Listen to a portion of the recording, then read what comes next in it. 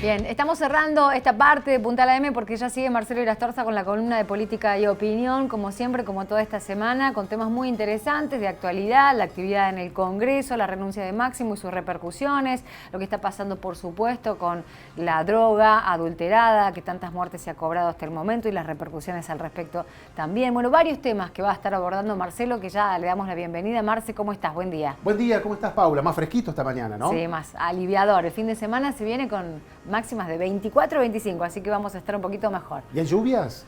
Algo así, sí. Vos que sufrís el calor vas a tener un alivio. Contanos qué se viene para esta última parte de Punta a la M. Bueno, tenemos una entrevista que la vamos a hacer en minutos más con Carlos Gutiérrez, que es el jefe del bloque Córdoba Federal, que nos va a hablar de la coyuntura parlamentaria después de la renuncia de Máximo. ¿Cómo sigue el Congreso? ¿Qué va a pasar con el acuerdo con el FMI? Preguntas que le queremos hacer al diputado nacional, que es riocuartense, esquiaretista.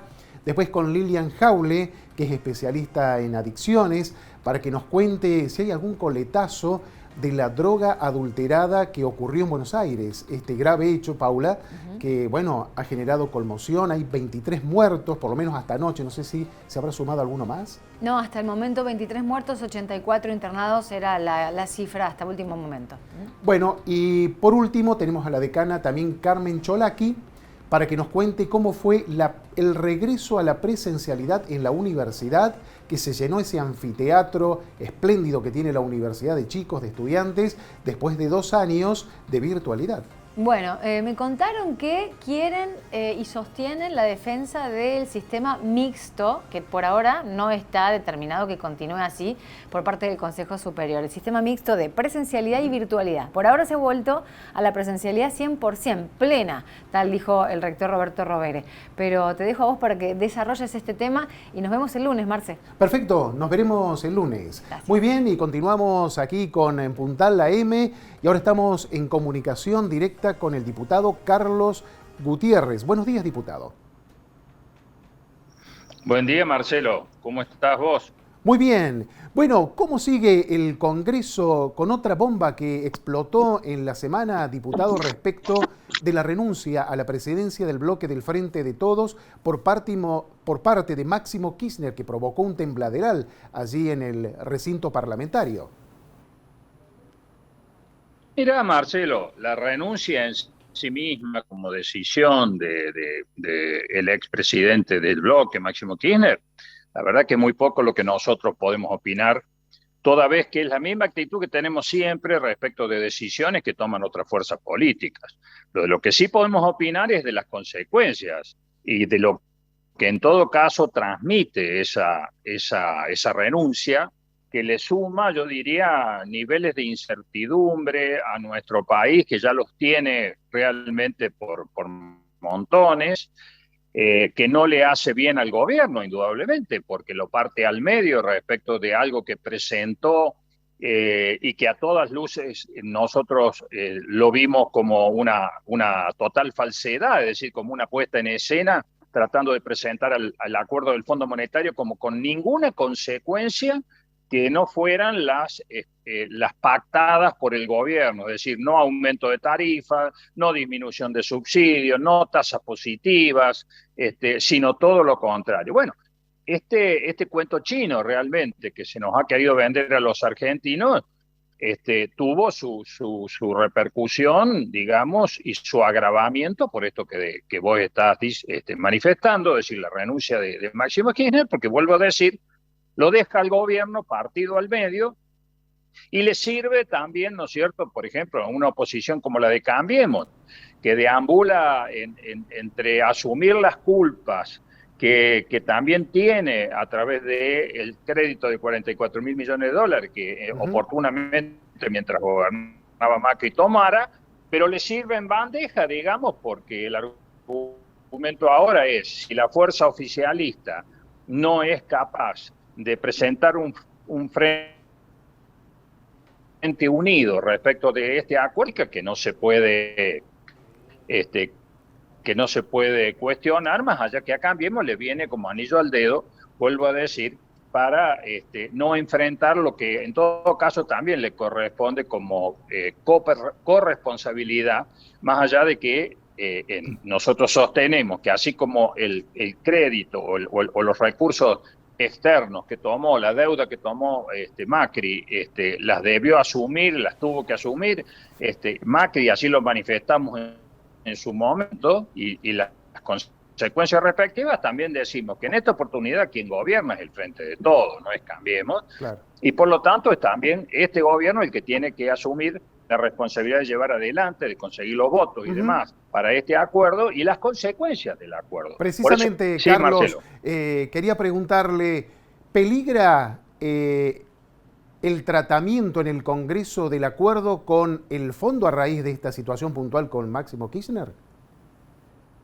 Lo primero que hay que decir claramente, Marcelo, es que esto no está sujeto a discusión en términos de modificación, de posibilidades de modificación de un acuerdo. Este acuerdo, tal cual ha sido plasmado, o se vota a favor o se vota en contra, o como por lo menos hasta este momento viene siendo la posición nuestra, o la posición de abstención frente a algo que nosotros consideramos no es responsabilidad nuestra, ni lo fue tampoco en el momento de tomar la deuda, y mucho menos en lo que hace a las consecuencias.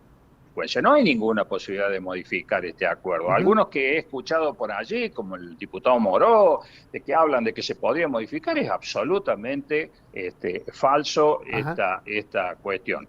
Y ahora está claro que el acuerdo no se va a tocar en el periodo de extraordinarias.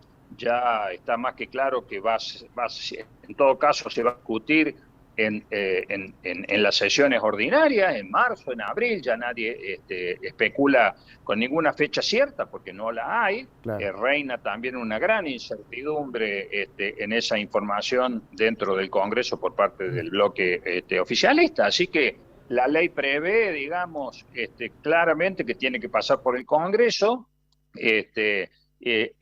Pero bueno, hasta hay versiones, Marcelo, que dicen de que el oficialismo impulsaría algún tipo de revisión en la condicionalidad que se pondría de ese artículo que hace obligatorio el paso por el Congreso para evitar el mismo. En fin, lo que estamos en definitiva hablando es de un mar de incertidumbres donde todos los días se le echa en vez de contribuir a levantar la mira, se sigue cavando un escalón de declive hacia esta declinación permanente que lamentablemente está teniendo nuestro país con las políticas tan erróneas y tan erráticas de parte del gobierno nacional.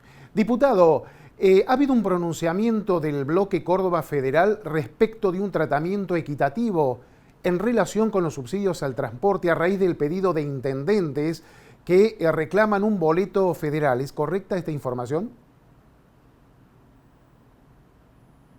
Claro, por supuesto que sí. Claro que sí, Marcelo, porque, a ver, el intendente de Córdoba, Martín Yarlora, junto con el intendente de Rosario y el intendente de Santa Fe,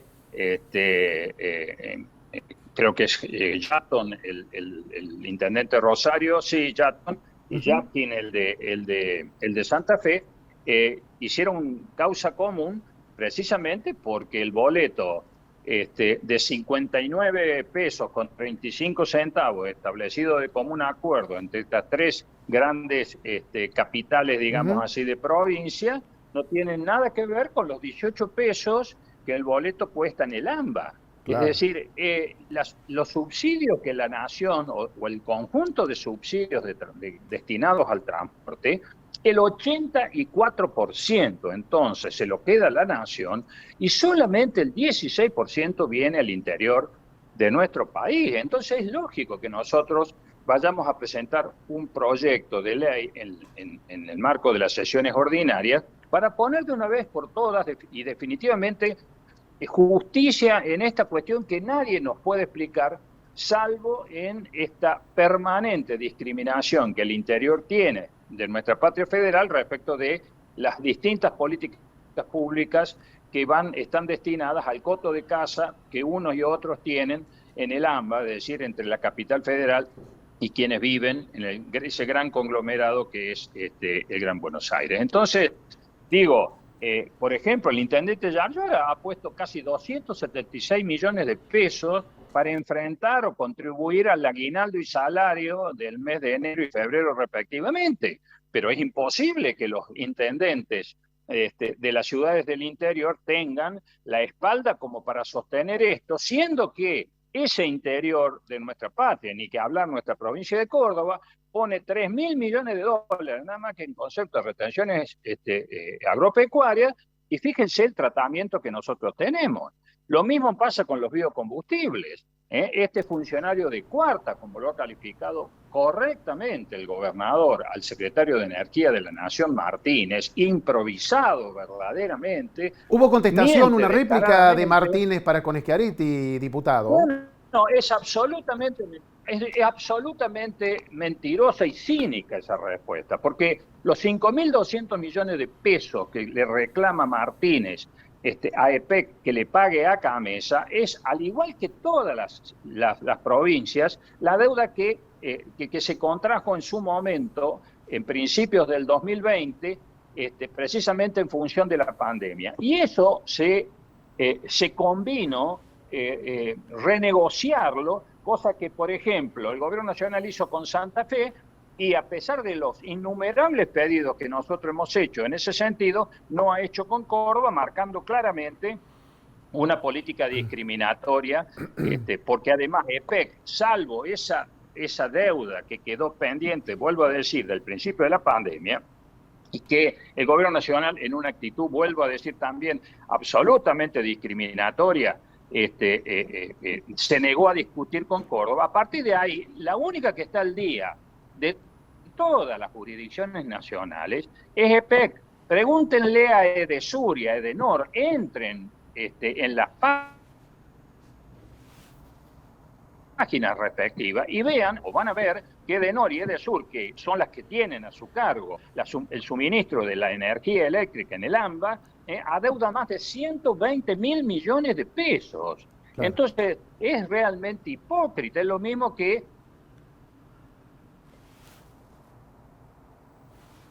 sea una hecho de que los porcentajes que están establecidos en la ley son los mismos para el etanol de maíz que el de caña. No es eso lo que estamos discutiendo. Lo que estamos discutiendo es que en la reglamentación de la ley se pone de manera inmodificable el porcentaje correspondiente al etanol de caña y no se ponen las mismas condiciones para el maíz. Entonces, si eso es discriminación, si no es discriminación, perdón, ¿qué es lo que es? Perfecto. Entonces digo, este funcionario que además que dice que no hay clientelismo en sus actitudes, sienta a la mesa 7 u 8 intendentes de su fuerza política, es decir, del kirchnerismo de Córdoba, para avanzar con obras de extensión de la red domiciliaria, siendo que la provincia, a su entero costo, es decir, de los cordobeses, del primero al último, hemos realizado una de las obras más importantes de infraestructura de todos los tiempos, que son los gasoductos troncales. Entonces, Marcelo,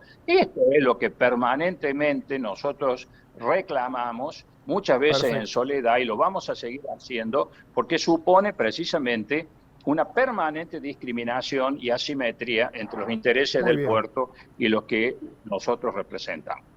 Diputado, muchísimas gracias por sus palabras y por su tiempo. Gracias a vos, Marcelo. Un abrazo grande.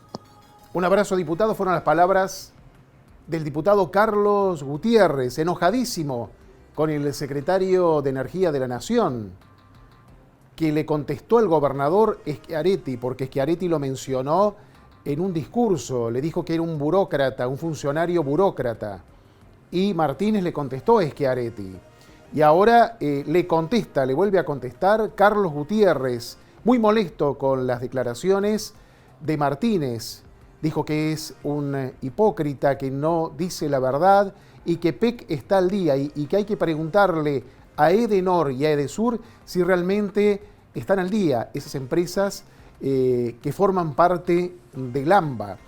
Y reclamó un tratamiento igualitario en el tema del subsidio al transporte. Ellos, como Bloque Córdoba Federal, lo adelantó Carlos Gutiérrez, van a presentar en las ordinarias, ya en las extraordinarias no, pero en las ordinarias, es decir, que comienzan en marzo, después del discurso del presidente Alberto Fernández ante la Asamblea Legislativa, como decía, el 1 de marzo, un proyecto para un boleto federal para acompañar el reclamo de los intendentes de 3 grandes capitales del país, como son Córdoba, Rosario y Santa Fe.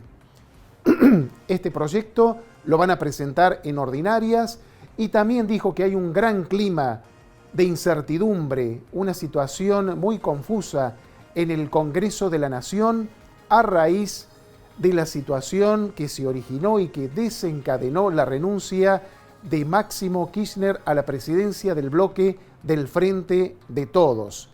El hijo de la presidenta presentó la renuncia al bloque y desató un tembladeral en el gobierno, una crisis institucional.